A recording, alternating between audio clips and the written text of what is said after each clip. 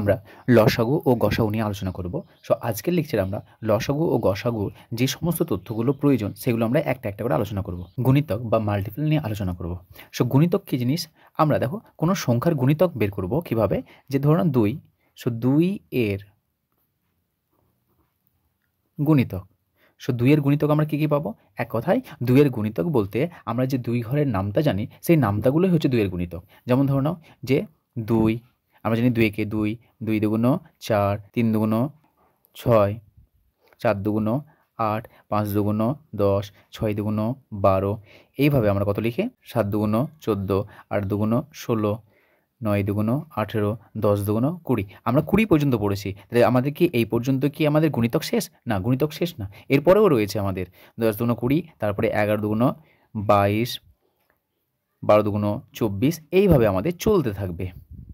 সেই জন্য যদি গুণিতকের কথা বলা হয় তাহলে গুণিতক কিন্তু আমাদের সসীম সংখ্যক নয়। আমরা গুণিতক বলতে যে শুধুমাত্র যে 10 পর্যন্ত যে আমরা নামতে জানি 10 দুগুণ 20 পর্যন্ত শেষ, এটা কিন্তু না, আমাদের এরপরেও চলতে থাকবে। এবার ডট ডট করে ধরে নাও 50 দুগুণ কত হয়? 100, তারপরে ডট ডট করে চলতে থাকবে, মানে অসীম সংখ্যক থাকবে যার কোনো শেষ নেই। সো 2 এর গুণিতক বলতে আমরা কি বুঝবো? যে কোনো সংখ্যার গুণিতক যদি আমাদের বলা হয় তাহলে তার যে নামতা জানো সেই নামতাগুলোকেই বলা হয় তার গুণিতক। অনুরূপভাবে যদি আমরা বলি 3 এর গুণিতক, তাহলে দেখো 3 এর গুণিতক কি? তাহলে 3 এর ঘরের নামটা পড়ো। দেখো 3, 6, তারপরে 9, 3 4 12, 3 5 15, এইভাবে আমাদের চলতে থাকবে। সো এগুলোকে বলা হচ্ছে আমাদের 3 এর গুণিতক। তারপর ধরে নাও 4 এর গুণিতক।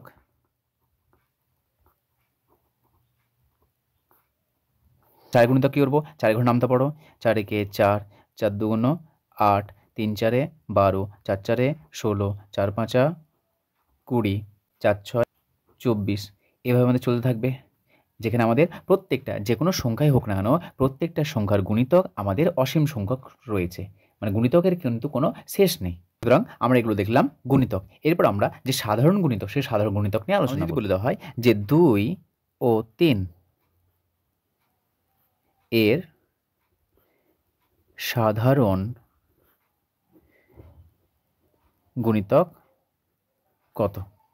তাহলে দেখো 2, তাহলে প্রথমে গুণিতক। সাধারণ গুণিতক মানে কি? কমন, তাই না? সাধারণ মানে আমি জানি দুটোর মধ্যে যেটা থাকবে এটা বলতে পারি আমরা কি? কমন। কমন মানে কি? যে 2 এর গুণিতক বের করব, 3 এর গুণিতক বের করব, এই দুটোর মধ্যে যেগুলো কমন থাকবে বা যেগুলো একই ধরনের থাকবে সেগুলোকে নিয়ে আমরা যে গুণিতক পাবো সেগুলো বলা হচ্ছে সাধারণ গুণিতক। তাহলে প্রথমে 2 এর গুণিতক আগে বের করে নেই, যে 2 এর গুণিতক। 2 এর গুণিতক কী পাবো আমরা? 2, 2 এর ঘর নামতে পড়ো। 4, 6, 8, 10, 12, 14, 16, 18, 20, 22, এভাবে চলতে থাকবে আমাদের। অনুরূপভাবে আমরা 3 এর গুণিতকগুলো বের করি। 3 এর গুণিতক, তাহলে 3 এর গুণিতক কী হবে? 3 এর ঘরের নামটা পড়ো।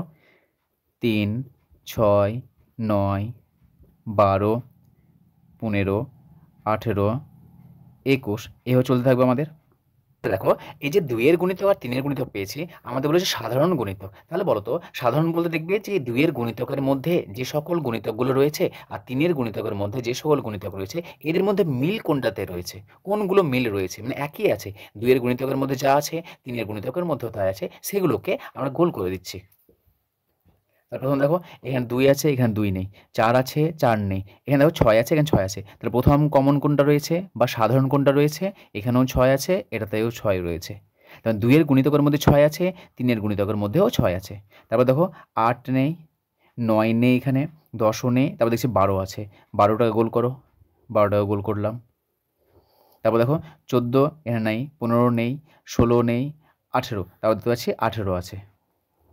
সো আমরা সীমিত সংখ্যক নিলাম, আমাদের অসংখ্য সাধারণ গুণিতক পাওয়া যাবে। তাহলে সাধারণ মানে কি বলতে বোঝাচ্ছে?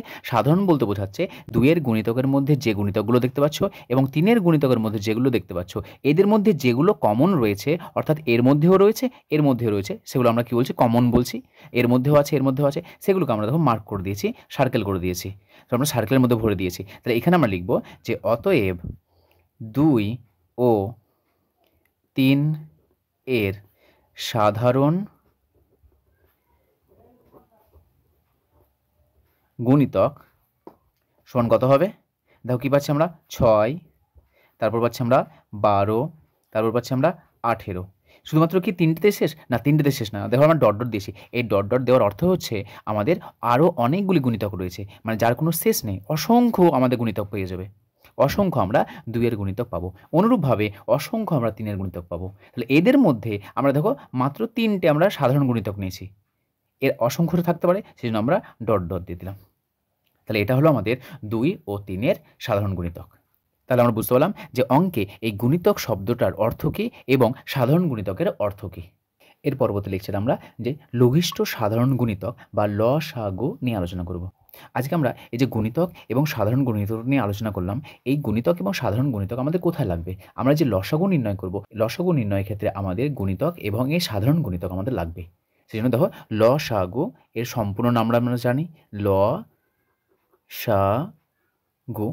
এই যে লসাগু, এই লসাগুর সম্পূর্ণ নাম কি আমরা জানি? যে লঘিষ্ঠ সাধারণ গুণিতক।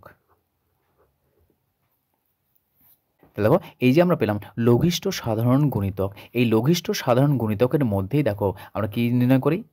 লঘিষ্ঠ সাধারণ গুণিতকই হলো আমাদের লসাগু। এই লসাগুর সম্পূর্ণ নাম হচ্ছে লঘিষ্ঠ সাধারণ গুণিতক। তাহলে দেখো এই যে লসাগু, লঘিষ্ঠ সাধারণ গুণিতক, এর মধ্যে কে আছে? দেখো গুণিতক রয়েছে, তার আমরা গুণিতক সম্পর্কে জানলাম। এবং দেখো সাধারণ গুণিতক, এবং যদি আমরা দুটোকে একসঙ্গে নেই তাহলে সাধারণ গুণিতক, দেখো আমরা সাধারণ গুণিতক সম্পর্কেও জানলাম। তাহলে এর পরবর্তী লেকচারে আমরা এই যে লসাগু বা লঘিষ্ঠ সাধারণ গুণিতক কি সেটা আমরা শিখব।